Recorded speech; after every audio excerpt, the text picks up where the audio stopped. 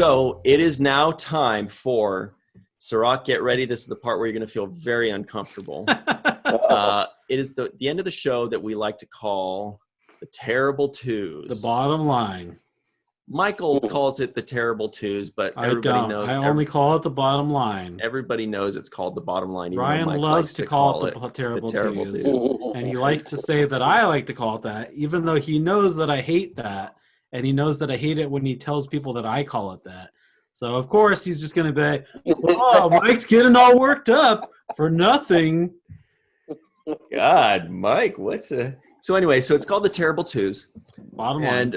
And it's the final two questions, the most pertinent questions of the show. We really could just do an entire show of just these final two questions, but here they are. Number one, Michael Kenyon Rosenberg, on a scale of 1 to 10, what would you give the first episode of Lovecraft Country entitled Sundown? No way. 9.25. Wow, 9.25. That is 9.25. very high number. A very high score. I really enjoyed this show. I thought that it was a solid show. Like I said, it pulled me in emotionally, and it kept me emotionally. And by the end, I was spent emotionally, but I felt like it was worth it. It was worth the ride. Worth the 70-minute ride that it took me on to get there, and I enjoyed every minute of it. So 9.25. I heard a puppy agreeing with you just in the background there. Yeah, I heard that too. The dog's like, you tell him.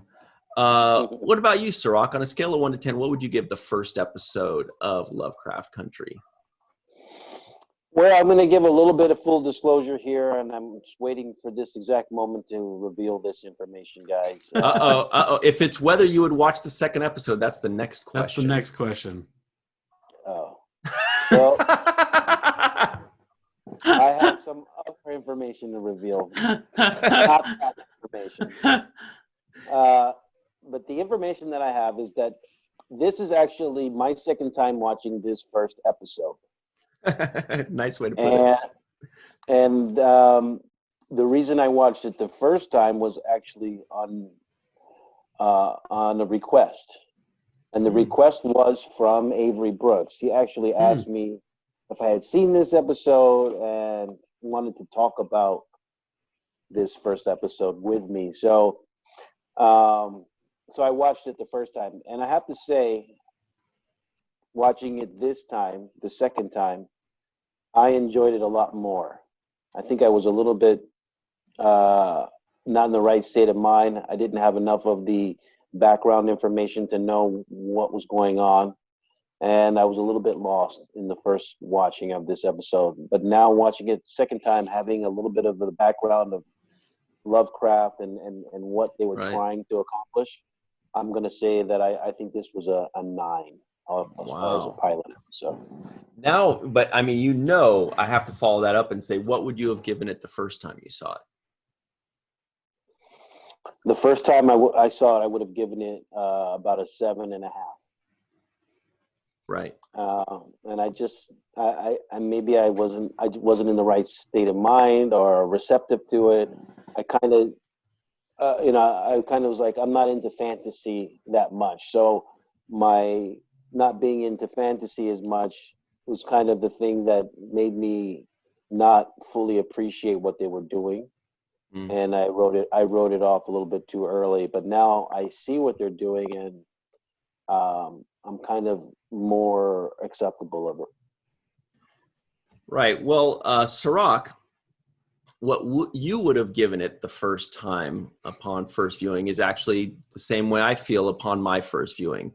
I'm hovering around a 7.5. I found this a really hard episode for me to pinpoint because there's so many different things that about it, so many different elements that it was hard, and then some things were delivered better than others, I thought. And I do, again, I do feel like it could have used one more pass on the script, but I'm very optimistic about where the show is going.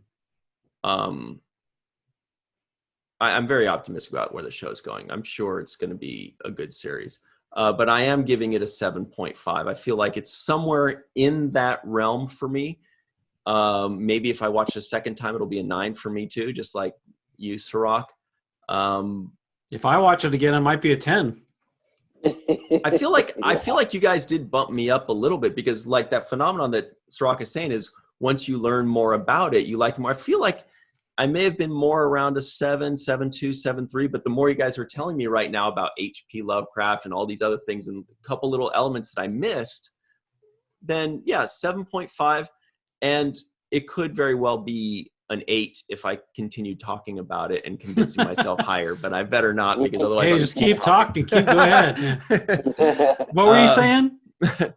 I was saying the second question is, for the purposes of this podcast, we all had to watch Lovecraft Country. The title now makes sense to me. Sundown. But now that the podcast is over and you're free to move about the internet, would you watch Michael Kenyon Rosenberg, the second episode? Take all the time you need to think about it. I do need to think about this actually a little bit, because actually, like when I finished watching the first episode, I was like, man, I am like emotionally drained. I mean, I keep saying that, but I'm like, I was like spent. I was like completely spent emotionally. Like I used up all my emotion watching this, and I was like, man, can I take another episode of this? But I would say, yeah, I would definitely watch the second episode. He's a masochist. The book nerd in me is like, every time they mention like one of these books or one of these authors, I'm like, oh, hey, I've read that book, or I know about that. Like when Deja Thoris comes down from the spacecraft, I was like, is that Deja Thoris? And then he's like, oh, I'm reading A Princess of Mars, and I was like, that is Deja Thoris.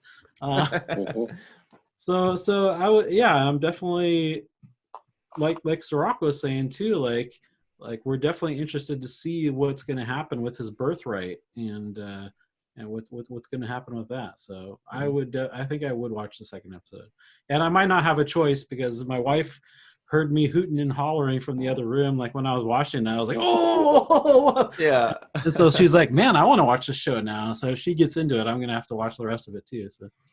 Well, yeah. CIRROC, would you watch the second episode?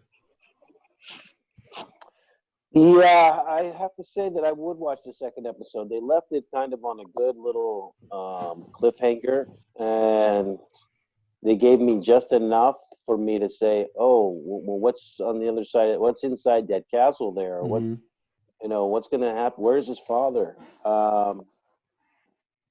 And yeah, I guess the mythology aspect of it is what is intriguing. I mean, if it was just a story about racism in the South, I probably wouldn't be interested. But the fact that there's this mystery of this unknown behind, in front of us, I think is what would get me to watch the next episode. Mm-hmm. Well, oh, and by the way, what did you tell Avery after you watched it, Mr. Avery Brooks? What did you tell him? What did Avery say about this episode also? Yeah. He wasn't happy about my original assessment. Yeah. So I made sure to make it a lot better this time, Avery. I think there were so many things that I overlooked in that first one. I didn't pay attention to the James Baldwin cameo voiceover. I went back, and after watching it, I looked up some of James Baldwin's speeches. And those of you in the audience should really go and just Google James Baldwin and look up one of his videos, because he's as good as it gets as far as talking about the Black condition in those times. So I think there were so many elements there that I missed, elements that I believe Avery inserted into his directing of Far Beyond the Stars. So when he directed that episode, he put things in there like the doors and the books and the glasses and the hats, and he picked those things like specifically and ordered them and requested them from the props department or from the set design. So I believe that those were the kinds of details that he wanted me to pick up on that I did not see the first time. And now the second go around, I did see the names of the books, and I did pay attention to the, you know, the wardrobe and the things that were happening, the subtle things that were happening in the background. So Avery, yeah, it seems like Avery loved the show because of those reasons, all those reasons, right? I mean, it seems like if he's calling you and saying you got to see this show, did he also enjoy the end, or was he like more focused on all that other stuff? You know, I can't speak for Avery, but I can just guess that I think what was really interesting for him was the fact that it brings him back to a time that he vividly remembers in his own experience, right? So this is not abstract to him, or this is not like a history book lesson that we would see it as. This is like firsthand. I remember being down on a bus like that, or I've traveled on a road like that, or I've encountered police officers like that. So I think that for him, it's like, it's more of the accuracy of the story is real to him, and that is part, in my estimation, what he is gravitating towards, or what he's seeing is you know, is being well represented there. Right. Wow. So, boy, this makes me feel even worse for what I'm about to say to you guys. Boy, oh boy, Avery, turn away. I'm sorry. What am I talking about? Mr. Brooks, please turn away. But don't really, because I would watch the next episode. I didn't think I was going to. The master of misdirection. I don't even know misdirection. I've never met her. So I would watch it. I think that, you know, it did have way too much setup, and they really could have chopped a little bit out. We get the elements. We don't have to give us 55 minutes of all those elements, but it did enough, and the characters were good, very good. I liked them all. There were a few scenes that were so beautifully written, apparently way more than I even noticed. Michael, you caught these better scenes than Avery Brooks did and CIRROC did, and I'm just like, wow, that's a really well-written scene. And you guys are like, there are like 12 great scenes. And grow up.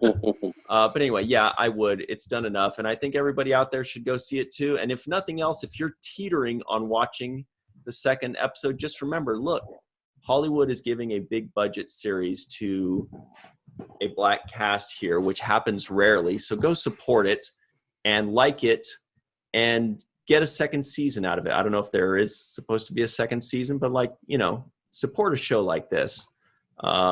It's really good. It's apparently got a ton of attention to detail, not just of the times, but of just writing literature as a whole, as Michael pointed out to us. So I hope everybody will go out and check it out on HBO Max. Yeah, and I mean, also, I mean, just to point out how clever it is to take a concept and theme that was made by a racist person and turn it into a Black story. I think that in itself is like something to just kind of, you know, take your hat off to. And I love that. To marvel at, yeah. And we're 3 out of 3 saying we're going to watch the next. So that's something that even Ryan would watch the next. So that tells you something. Yeah, I'm pretty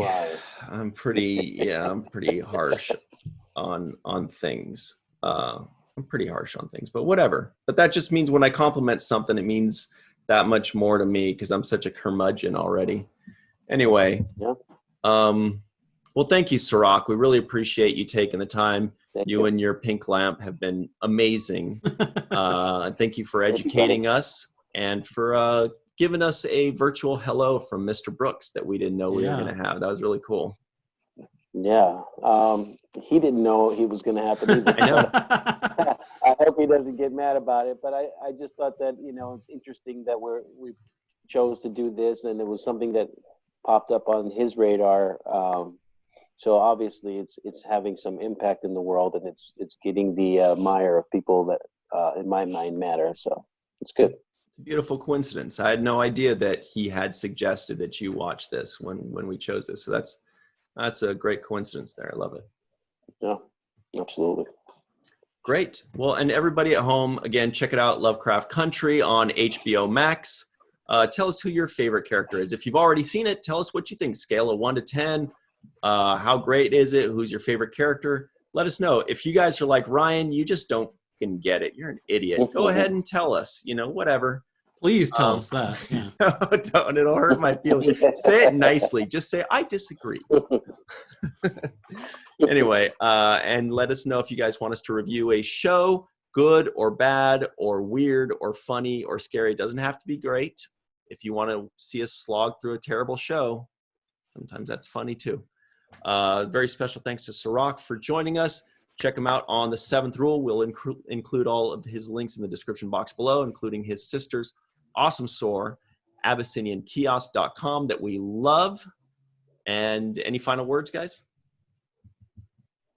No, thank you, man. Thank you guys for having me. I appreciate it. Thanks for being here.